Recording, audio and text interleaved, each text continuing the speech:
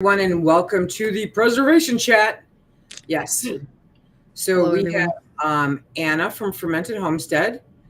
We have Darcy from the Purposeful Pantry. And we have Leisa from SuttonsDaze. Hi. And we are here to help you along your preservation path. Once a month we do this. And it's normally not as chaotic as this month, but there's been a lot going on. So first, Darcy, are you feeling better? I'm feeling great. Okay. Thank you very much. So Darcy is recovering from her surgery still, but kind of getting back into it. Yeah. Yeah. And Anna, how's things going with you? Hi, Anna. Anna, did we lose you? No, I just realized that I have I'm trying to find the bubbles. How do I? Hi. Hi. Anna's working on technical difficulties. I am here in northeastern Michigan, currently sweating my butt off, fighting bugs, and doing all the fun stuff. Oh yeah, so apparently while I was out yesterday afternoon, I scheduled it for once we fixed the date on the thumbnail. Then I put the wrong date when I put it up, and so it was saying, hey, it's going to go live, and hey, and so Brian V texted me. Yeah, Brian has my phone number. Be afraid, okay?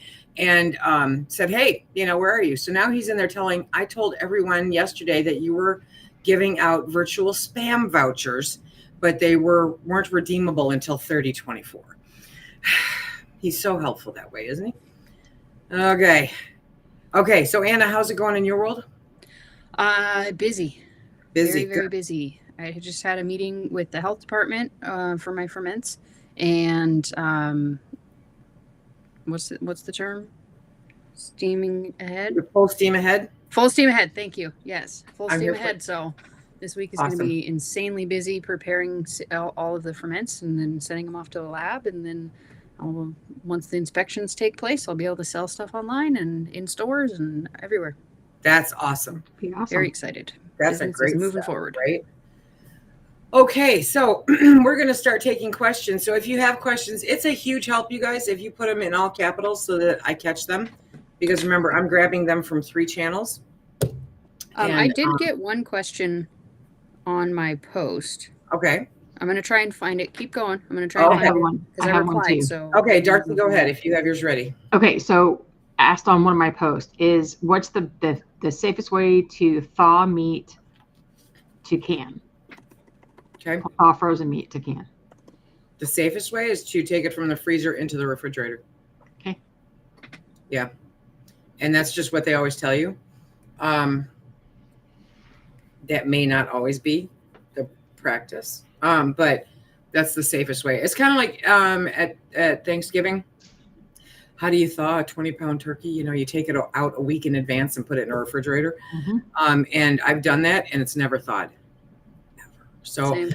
Okay, good. I'm like, maybe I just keep a really cold refrigerator. I don't know. It could be that you're just low. If you keep it, especially in the lower part of your refrigerator, that's where the coldest is. Actually, I put it in the crappy refrigerator in the garage, and it still does not thaw.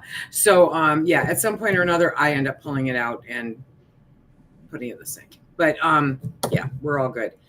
Okay, Anna, what was your question? I got the question. There's a bit of a backstory to it, but she's wondering if an approved ketchup recipe that calls for fresh tomatoes, can she substitute the canned sauce? Yeah, I'm actually getting this question a lot lately. Yes, absolutely, you can.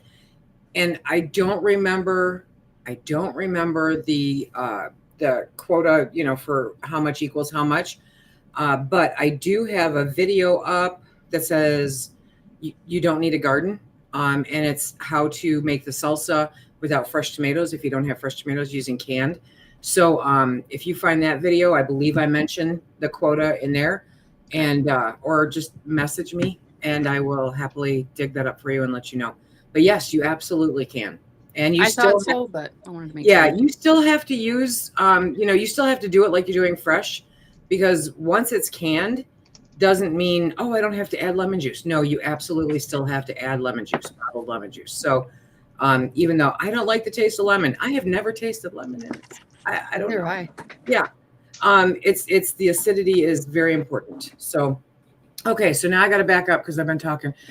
Okay, hang on, because they're not in capitals.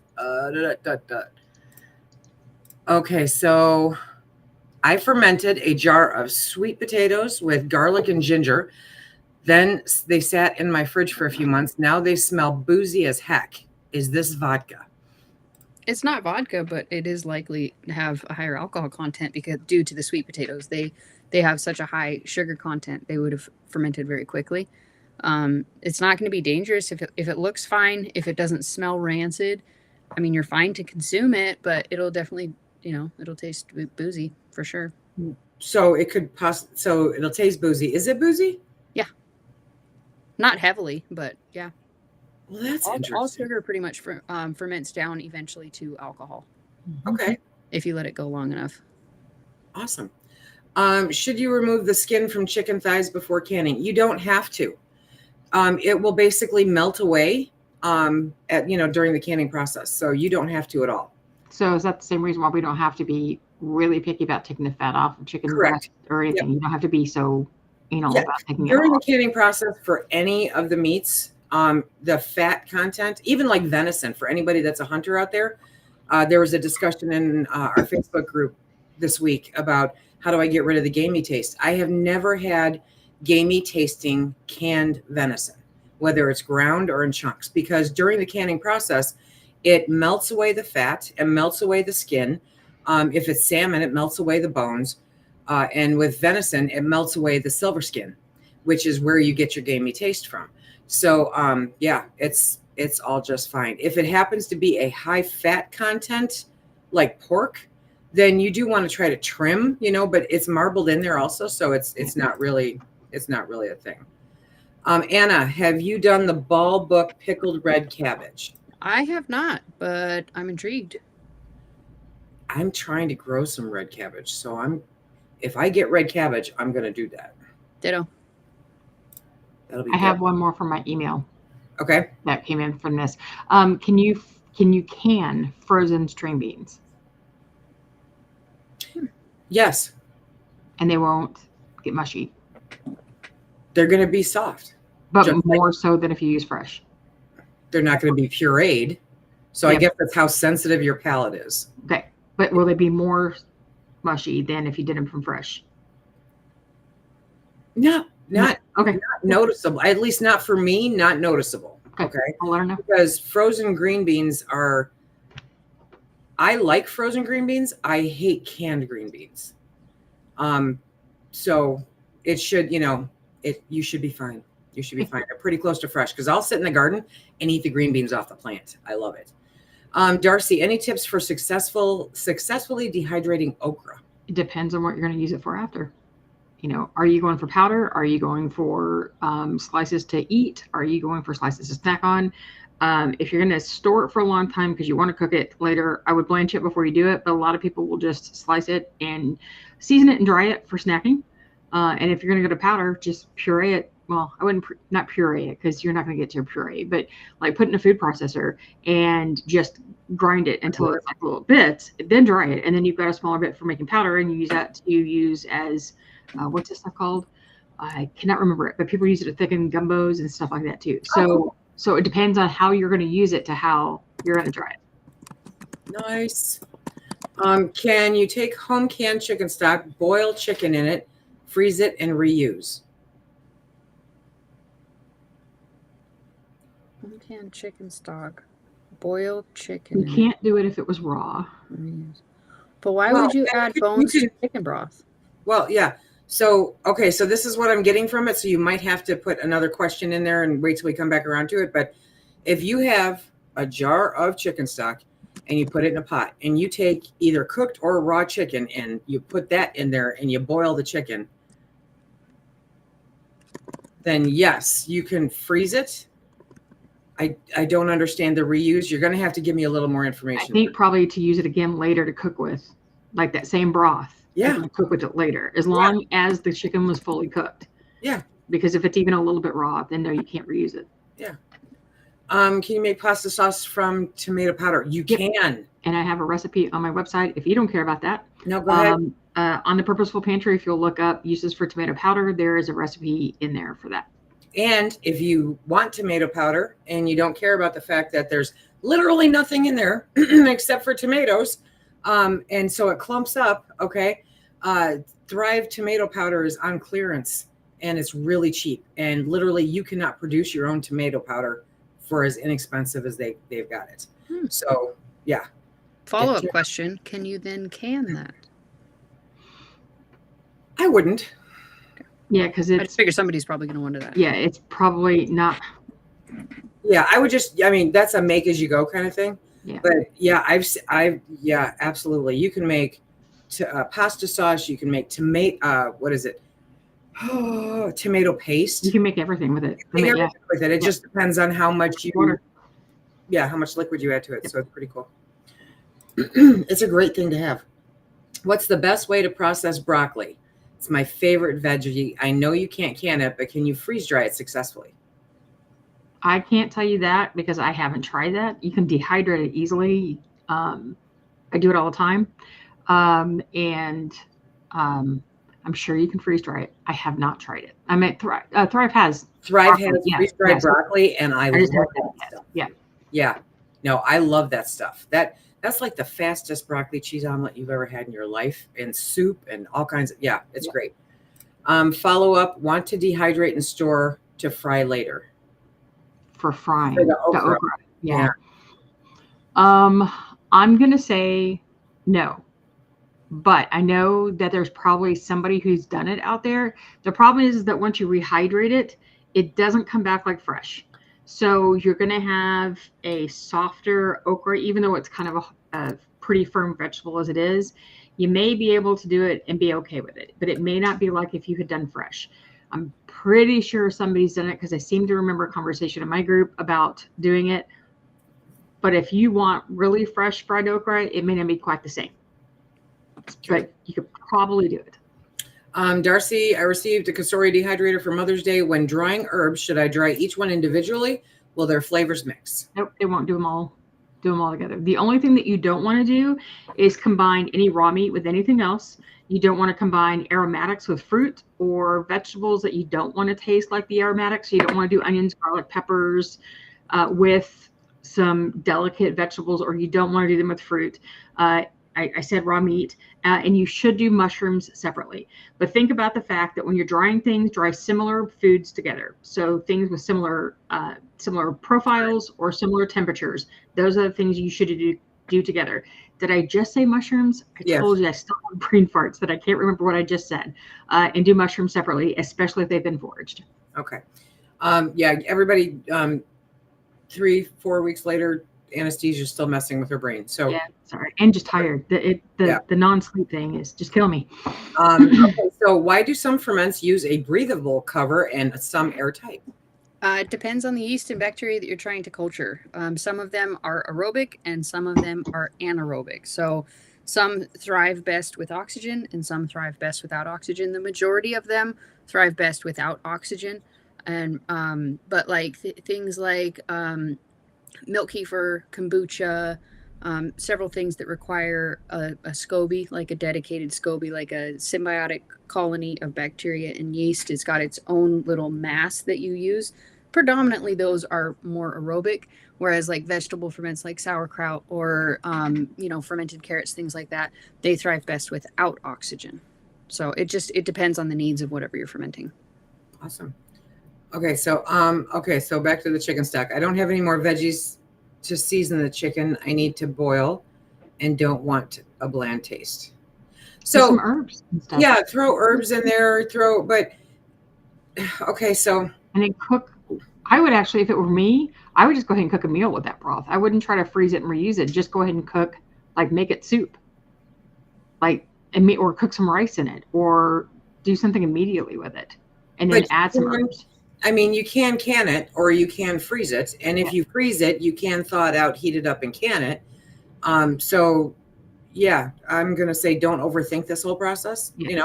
If you don't have enough with the flavor profile that you want with the scrap veggies, then throw it in the freezer and come back to it when you want.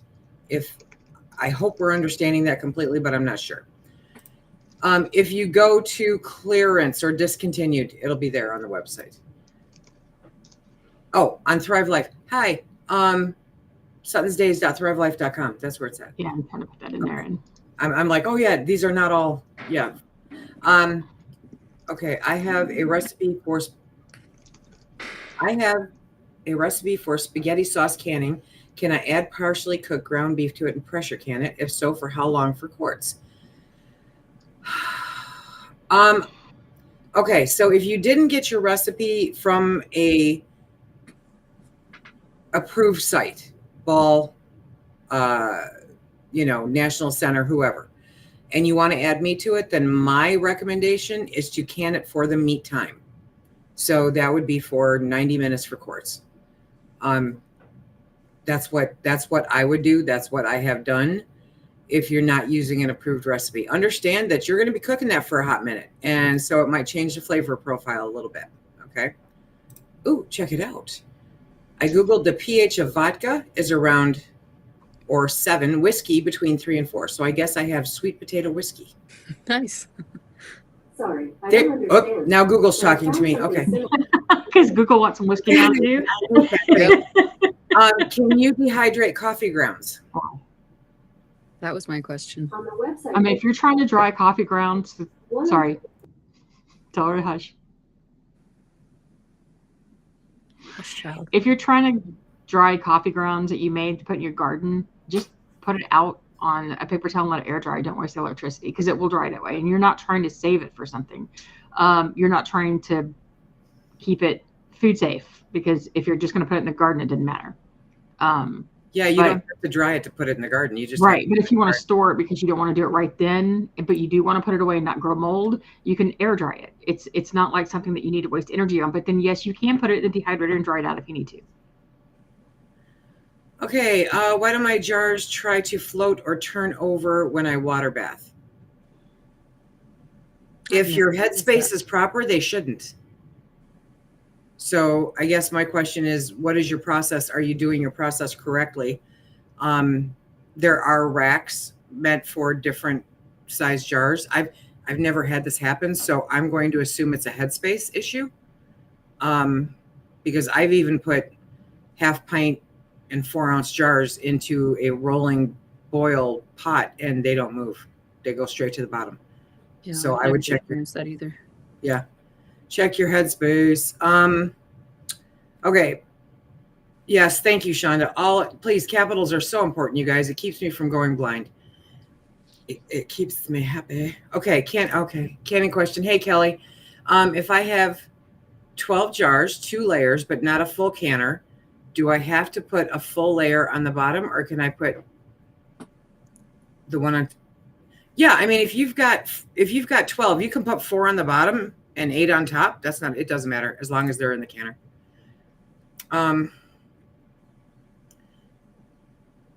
Michelle says she's going to be testing her first fermented sauerkraut today. Oh, I love it. Congratulations. Now I'm like totally want to try this. Yeah. Okay, so Colette, I wish I could help you. I can't. Electric pressure canners are not approved. I don't do anything with them. And yeah, neither does the National Center for Home Food Preservation. So I can't help you there, unfortunately. I'm sorry.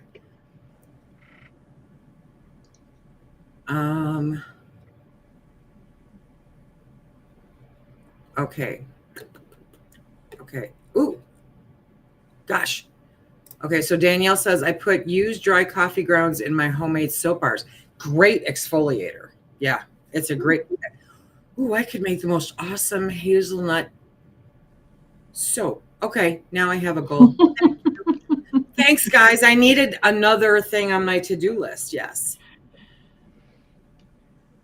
So I made your meatballs, Lisa, and filled with homemade marinara. Is this safe? I had a little siphoning, but they did all seal. If you can them for the meat time, yes, they're safe. Yes, they're safe. I've done it with pasta sauce. I find it more flexible to use water or a broth as opposed to that. But yeah, absolutely. Okay, so JD says my sauerkraut worked. Now, how long will it last in the refrigerator? It really depends on the temperature of your refrigerator. But usually, I mean, I've consumed ferments like so far up to like a year and a half after I've made them. Really? And they're totally fine. They'll just get slightly more acidic with time. But the nice thing about putting them in the fridge is that the acids have time to kind of further penetrate the vegetables. And it really helps to intensify. It intensifies the flavor, but not necessarily making it more acidic. Like it's hard to explain exactly. Like it just makes it. You just get better flavor, but not more acid. Yeah. Okay. I mean, Yeah. with a lot of time, you'll get more acid. But Right. It would take a long time to get more acid. It's usually just way more delicious. Okay, that's You can even put a ferment in the fridge that you didn't particularly care for out the gate. Put it in there and forget about it for 6 months. Come back and it's going to be the most delicious thing you ever tasted. I've done it several times. Okay. Michelle says, if using a steam canner, can you double stack jelly jars? They do not recommend that. They say don't do that in the manual.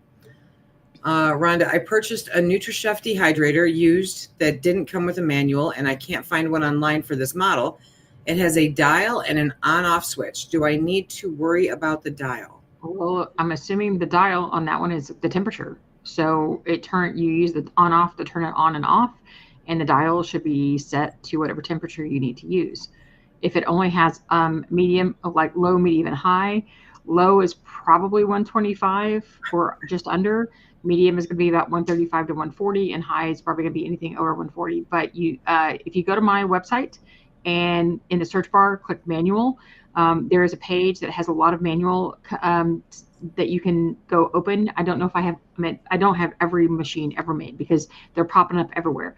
But your manual may be on there that you could look it up. But that telling me more about that dial, I can't tell you more than that. Okay. How many layers can you pressure can? Okay, so the deal is if you want to do like 3 layers of the squat jars, right? Like squat jars.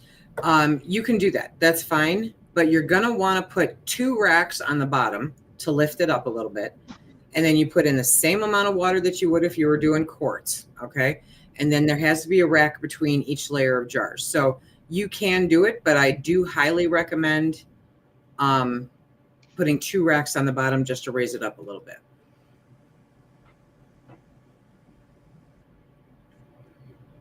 Let's see. Okay, so scroll. I have my first American Standard older canner, and none of my jars make the ceiling pop. Maybe it does happen in the canner. Okay, I don't think the canner has anything to do with it. If you are canning it at the approved time, most of the lids that are out post-pandemic don't pop anymore. It's like one of the disappointments of the pandemic, okay? With all of the new manufacturers, the lids just don't make that ping anymore that, everyone used to get so excited about. So they're quite, and it doesn't matter. The ping, the audible ping is not an indicator of success or failure. Whether or not the lid's sealed is the indicator of success or failure. So I would worry about that. And it can happen in the canner as opposed to out, but yeah, that's not what you should be factoring as a success or failure. Ooh, she uses hazelnut coffee grounds in her stuff. Yay. Okay. I'm not a fan of sour ferments, but I know they are so good for you. Can you please recommend a couple to try or make? Probably like carrot sticks would be a really good one because they still have a little bit of sweetness left to them. And you can also just not ferment it for as long until you kind of develop the flavor, because once you start to consume fermented foods, you start to crave fermented foods because you've inoculated your body with the bacteria that thrives best consuming these things. So when you put them into your body, they will start to crave it because your gut almost completely controls what you crave. So if you give it good food, it will crave good food. It might take a little bit of time, but you will eventually get accustomed to it. And then as time goes on, you can just ferment it for, longer and longer. But carrot sticks is a great place to start. Carrot sticks are always good. Mm-hmm. Oh, and Living an Eclectic Life says we are trying to ferment carrot sticks now. Nice. Can't wait to try it in a week. Oh, okay. I'm just. Oh, that does. I will. Okay, sorry, wrong thing. Oh, I crave my milk kefir now. See, it works. I promise. You just gotta, white knuckle it for a little while, and if that's your desire, you just white knuckle it for a little while, and then Right. you love it. So, do you think, in your expert opinion, that say I'm going to ferment carrots, okay, and Phil's not a big fan of pickled carrots. I love pickled carrots, and he's really not on board with this whole fermented thing. Mm-hmm. But if you're not sure about it, do you think that over time you'll acquire a taste for it? Is it just that it's unfamiliar? Mm-hmm. That's been my experience. And I mean, I sell a tremendous amount of fermented foods to people. I mean, I was birthed with the absolute desire. My sister and I both absolutely devoured pickled foods growing up. So I'm not a sentiment of that, but I sell to a lot of people who just want to start because they want to have better gut health. And then they'll come back like a month or two later and they're like, I just can't get enough of this stuff. And okay, see, that's cool. It happens a lot. But that's why I always recommend starting on the lower side. So it's not quite as acidic, but you're still getting, a fair amount of the bacteria that will then start to crave more and more. Okay. I'm determined to find a way to preserve fresh cucumbers and peppers and not use a grocery store all winter and spring. Have you tried fermenting them just to use fresh all winter? Well, they wouldn't be fresh. Right. Fresh, yeah. Yeah, I have fermented both. And as long as you pop in some kind of a source of tannins into it, I just put a black tea bag in the bottom of the jar, and that keeps them nice and crunchy. And it's usually delicious. Cut off the blossom end like a 1/16 of an inch. Those two things, making sure all the spices that you use are submerged, and you'll have really, really good success with that. Cucumbers tend to break down quicker than most other vegetables, so I wouldn't recommend doing it for like a year or two because they'll get kind of mushy, but they'll still taste really good, and it's a great way to preserve them. So, you said to put a tea bag in. Mm-hmm. Black tea bag. Plain black tea, yeah. It does the tea flavor the vegetables at all? Nope. Not in my opinion, and I hate the taste of tea. I don't like it. I love kombucha because it doesn't taste like tea. I hate tea. I want to love tea. I desperately want to like tea, but I can't.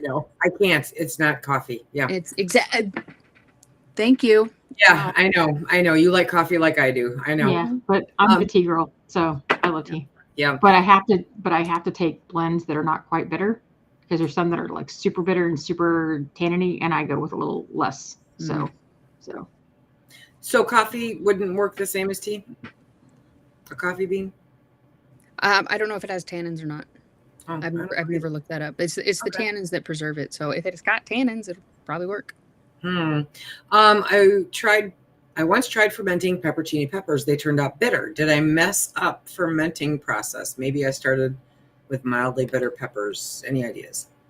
It most likely fermented at too high of a temperature and created, this is my guess, I haven't seen it and I don't know any more information, but typically if it ferments at too high of a temperature, it'll develop something that is non-toxic, but has a bitter flavor called calm yeast. And that tends to happen with really sweet things or things that ferment at a high temperature, causing a rapid fermentation. That yeast will grow. Oftentimes it'll settle into the jar and cause it to become bitter. Okay. That's just my guess with the information given. Okay.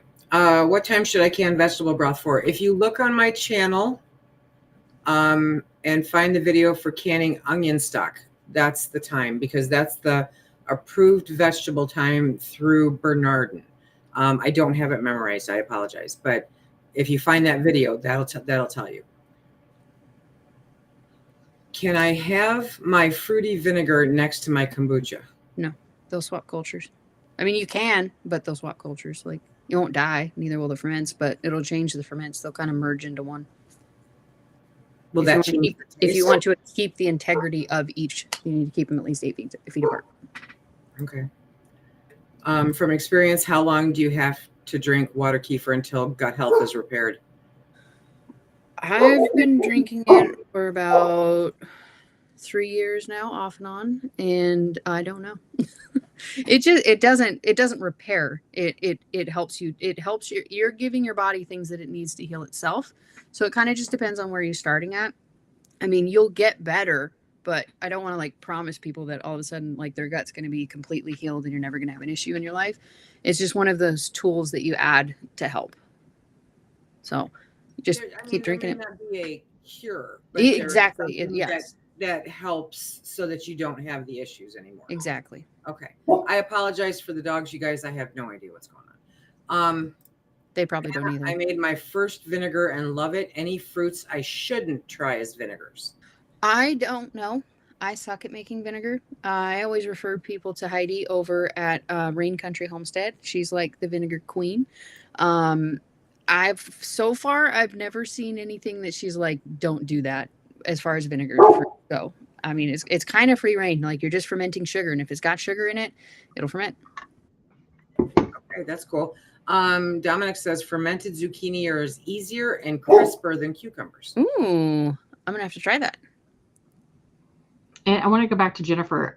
Jennifer, I don't know that there's going to ever be a way that you can get cucumbers saved that they're going to be like fresh. There's pretty much nothing that you can do that they're going to be like fresh. They're mostly water, so yeah. You're not. And so once you do anything to it, it's either going to make them mushy. And if you don't want to use the tea, if you can find another, like Anna said, another version of tannin that you can put in there to help with that crunch, that may be it. You can dehydrate them, because I do, and I use them in tzatziki sauce during the year when I don't have fresh cucumbers. You can freeze dry them for the same way. I've used the freeze dried ones, and they're amazing for tzatziki sauce once you fresh them. Yeah. And so you could put those in your salad, and they will be different than having a fresh crunchy cucumber. They're like, I know the dehydrated ones are more chewy. The freeze dried ones are more, I wouldn't say crunchy, but they will be a little bit crunchy for a little while until they start absorbing moisture and stuff. But there are other ways you can use them. You're just never going to get that fresh off the vine cucumber crunch in any preservation method other than like pickling, if you can get a fresh crunchy pickle. So I washed my carrots and ferment them, but they seem to have dirt in the jar. Can I wash the carrots and put them back into the jar, or just toss them and start again? What's your reason for not wanting to consume the dirt? Because I don't have an issue with it. Yeah, it might be considered not food safe somehow in a preservation method. In fermentation, like the soil is where most of the bacteria comes from. So right. I don't really care. Like I was able to cure myself of an oxalate sensitivity by just brushing off my carrots and stuff and not like completely washing them. So I'm not dirt-phobic. I don't think there's a way that you can remove it once you've fermented it. But I mean, as long as it's good organic soil, like there's nothing wrong with it. Maybe just don't consume the bottom sediment. I wouldn't be afraid of it. No. Dirt don't hurt. In fermentation, obviously, it doesn't. Right. Now, canning and dehydrating. Canning is a totally different story. Oh, and see, for dehydrating, I also don't care that much about dirt because it comes off. So does it come off? Yeah, I mean, once you take the water out and things dry, things that were stuck in them tend to fall off, or they can fall off depending on what it is, and like brush it off and you're good. And if you eat a little tiny bit of dirt, it's not the same as canning though. I wouldn't canning. Get the dirt out of there. Yeah. Canning, no dirt. Bad dirt. Okay. Canning soaked pinto beans overnight. Too many for my jars. Can the extra be put in empty jars to can the following day? Yeah. I wouldn't bother putting them into extra jars or into empty jars. Fill the jars that you can today. Give the beans a really good rinse. Okay. Put them in cold water. Put them in the fridge. Now they're probably going to swell a little bit more, and they may ferment a little bit, but they should still be good. There's nothing safety wise that doesn't make them cannibal. Or you can cook them and dehydrate them. Or you can cook them and dehydrate them.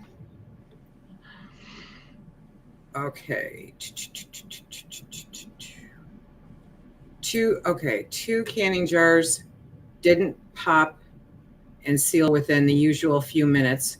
There's no usual few minutes. There's 24 hours. Okay. So if you're messing with those jars before, at the earliest, if you're messing with them before 8 hours, you're impacting their success. You have 24 hours, and towards the end of that 24 hours, if they have not sealed, okay, then you can either reprocess them, eat them, or put them in the fridge. Your choice. Because during the canning process, the air, the whole process vacates the air from the jar, okay? Because the lid is down. Now, it may not have sealed, but the lid is down. So no air is getting into that jar unless you screw with it. No air is getting into that jar after you pull it out. That's why you have up to 24 hours. So number one, don't touch them, okay?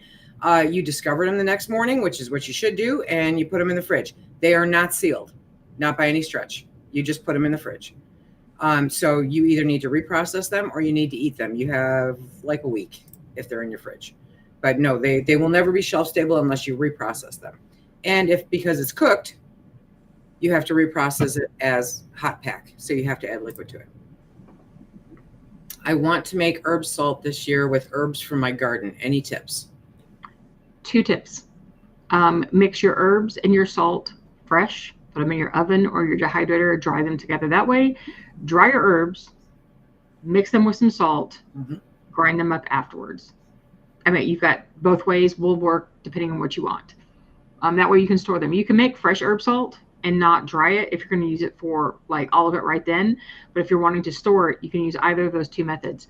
I prefer to dry first and then add it to salt later, because that way I can use those herbs for anything else I want and just mix up what I need at a time.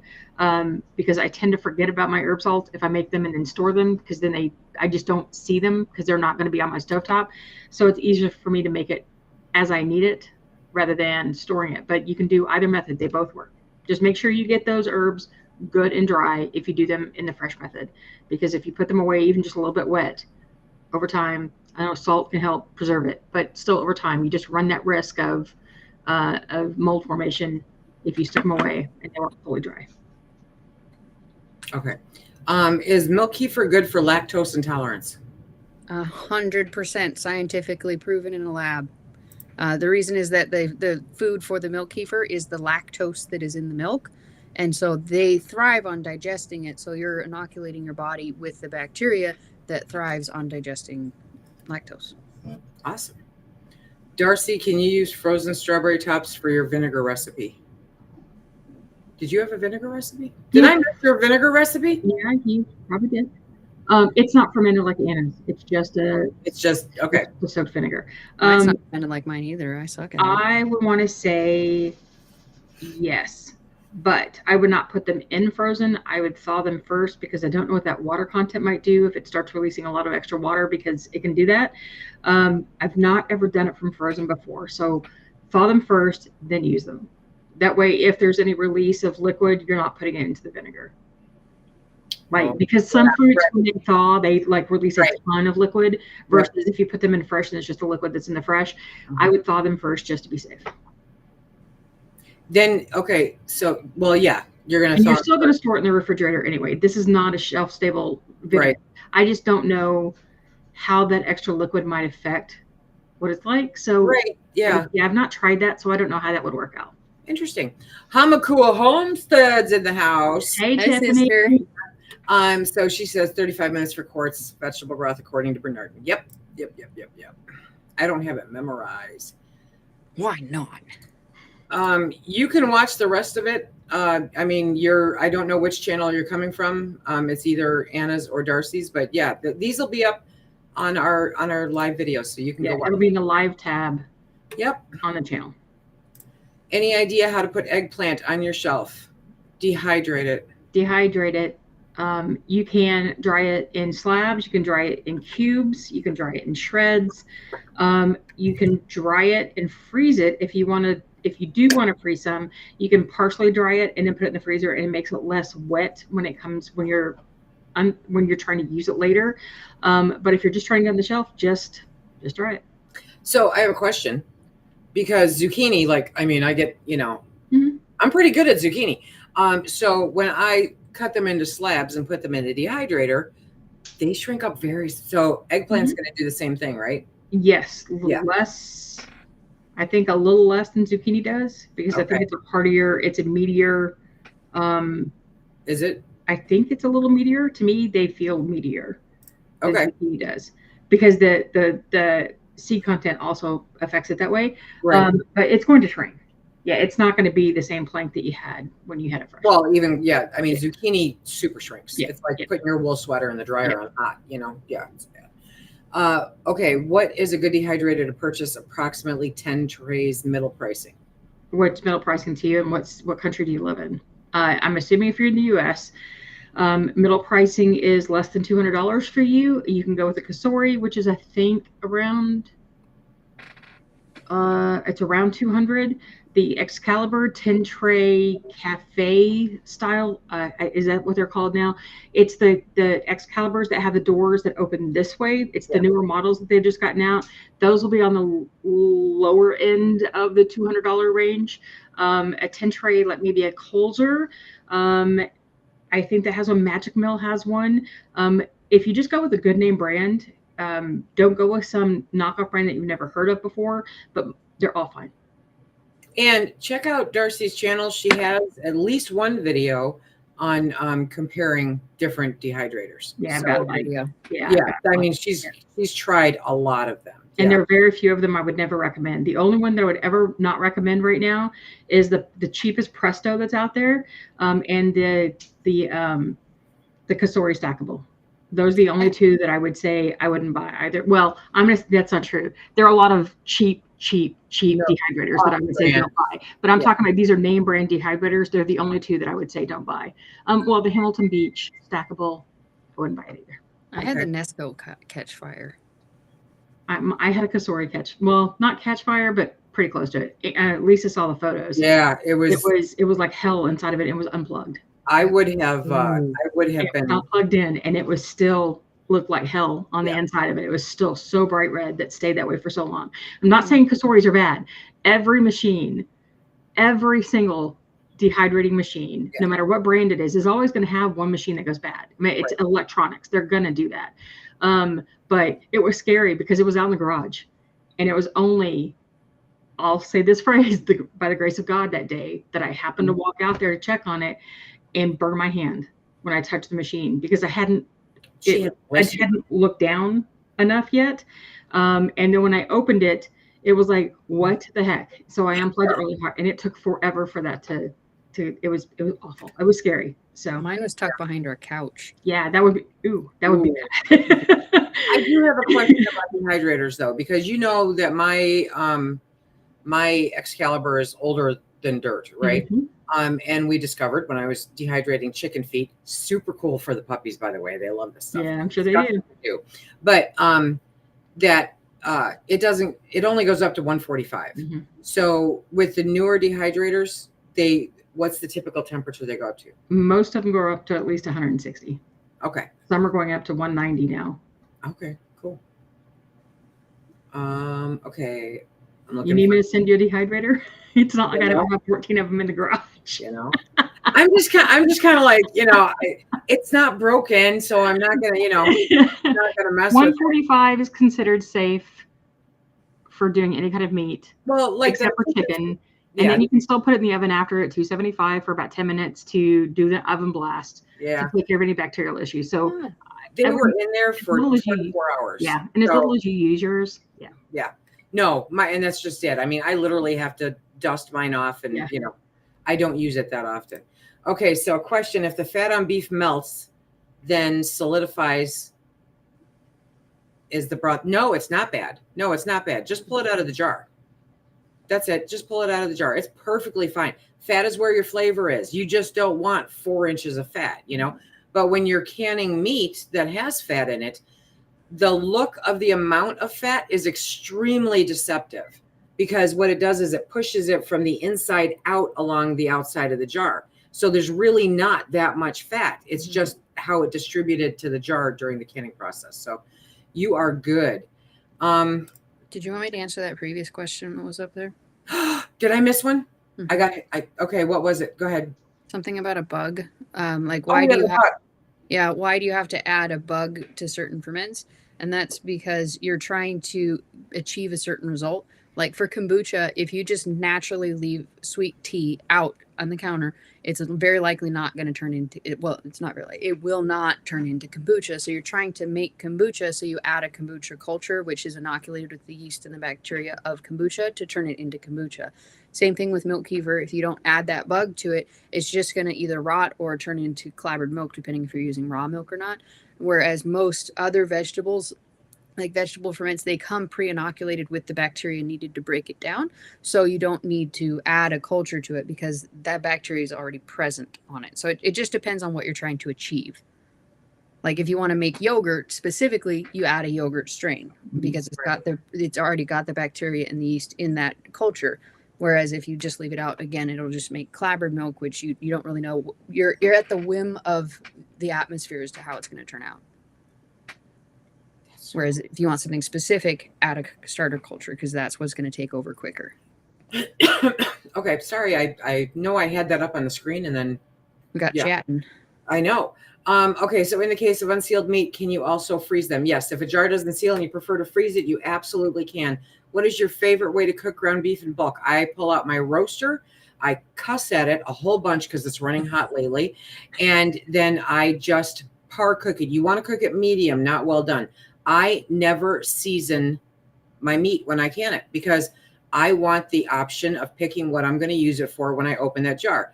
I'm not saving any time by putting taco meat in there or taco seasoning in there. I'm saving no time because it literally takes me that long to add taco seasoning.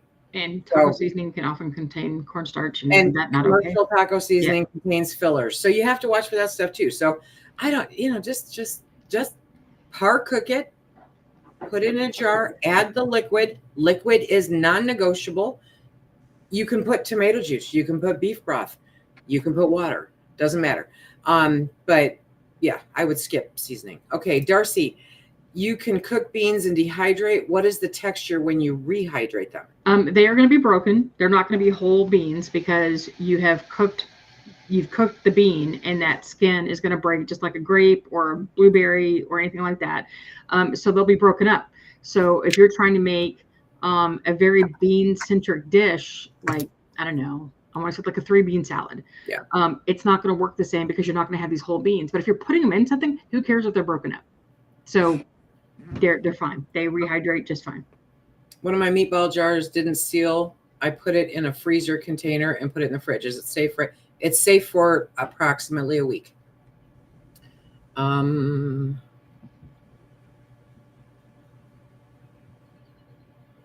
Okay. On the subject of salt, I avoid anti-caking agents and only use coarse sea salt and grind when I use. Am I okay to use this in canning? Sea salt? Yes, because it's not iodinized.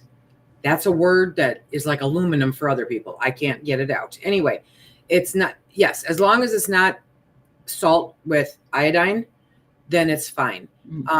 Coarse sea salt, kosher salt, canning salt, pickling salt, those will all be fine. And actually, if you use salt with iodine in it, it just makes it cloudy. It doesn't affect the safety. So you're good. Do you have to grind them before you use them so they're not such big particles? Or can you have the big particles and it's fine? No. I mean, with the exception, actually, let me think about an exception here. Pickling, no. Salt is 100% for flavor only. Okay. Well, because I know that they've always said, I always know that canning salt is really fine. And I've always heard of people making your own canning salt by just grinding the salt that you're going to use because it needs to be fine. Yeah, no, canning salt is just salt that doesn't have iodine in it. Okay. It's another marketing tool. But there literally is not a canning recipe that I'm aware of that requires salt for safety and preservation. It is 100% for taste. I don't salt a single thing I put in a jar because we're old and it'll kill us. Okay. I can chili. How long does it take for the jars to seal? It can take up to 24 hours. Up to 24 hours, yeah, if you canned them properly. I'm terrified of making sauerkraut. I don't have all the fancy doodads and afraid of losing food.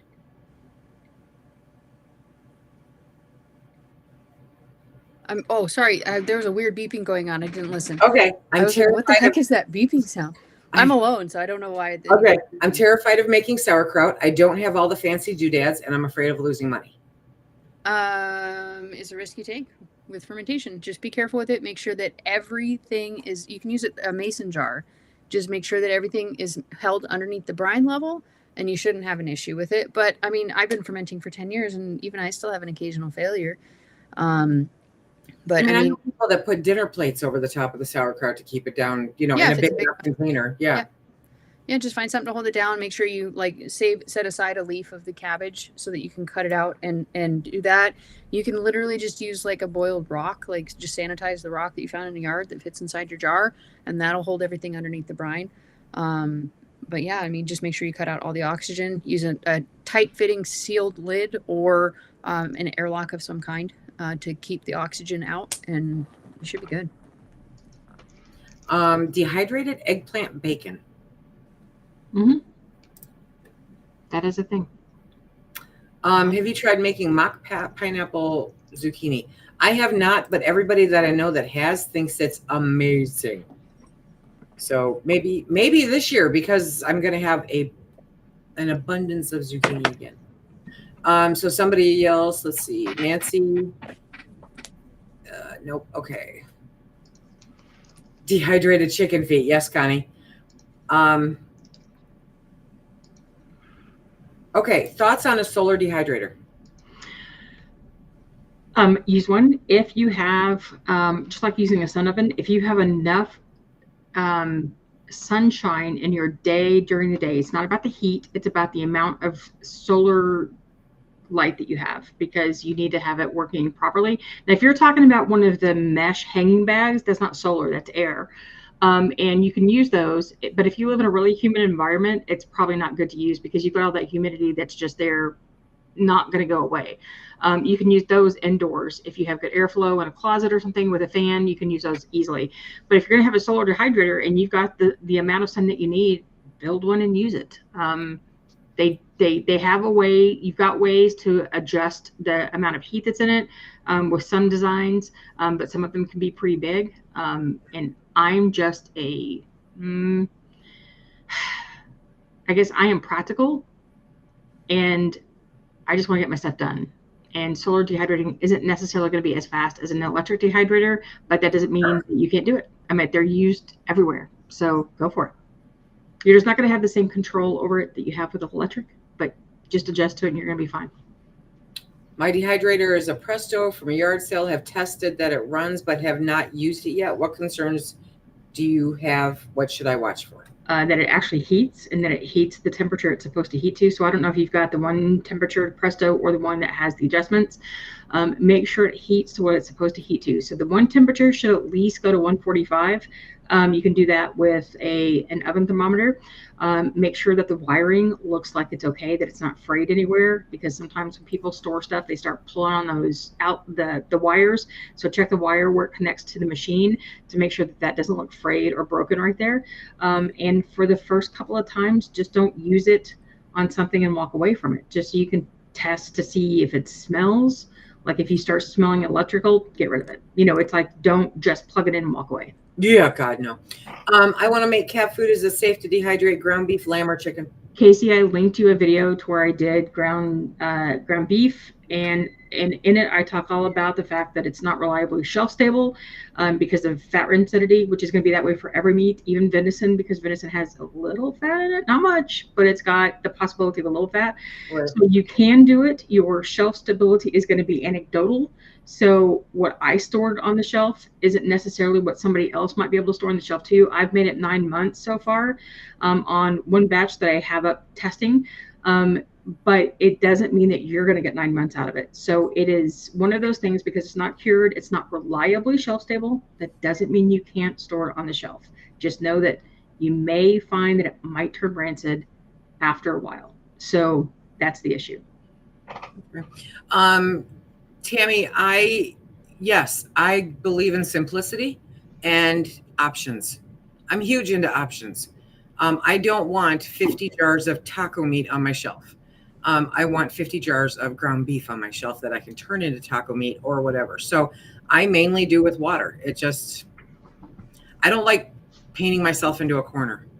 But I wonder if that would help people who think that ground beef doesn't taste good. If they did it with broth instead of water, that it would add a little bit of flavor that doesn't make it smell. 90% of the people that comment about not liking canned ground beef are complaining about the texture.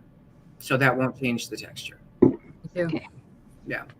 I made kraut for the first time recently. Once you're done, you will wish you had it earlier. Don't worry, you got this. That's funny. Okay. No. About 5 minutes. What? Okay. Yep. So, what is a good budget price dehydrator? You kind of addressed this earlier. Yeah. So I would. Nesco, Kasori. It depends on if you want a cabinet or a stackable. It depends on how big you want it, but Magic Mill, Kasori, Nesco are all in that lower price range. You can find one lower. But also remember, go to Facebook Marketplace, go to thrift stores, Seriously. go to neighborhood yard sales, ask your friends and family, because many of them may have purchased a dehydrator, used it once or twice, and put it away and never use it. So you can find them less expensively. But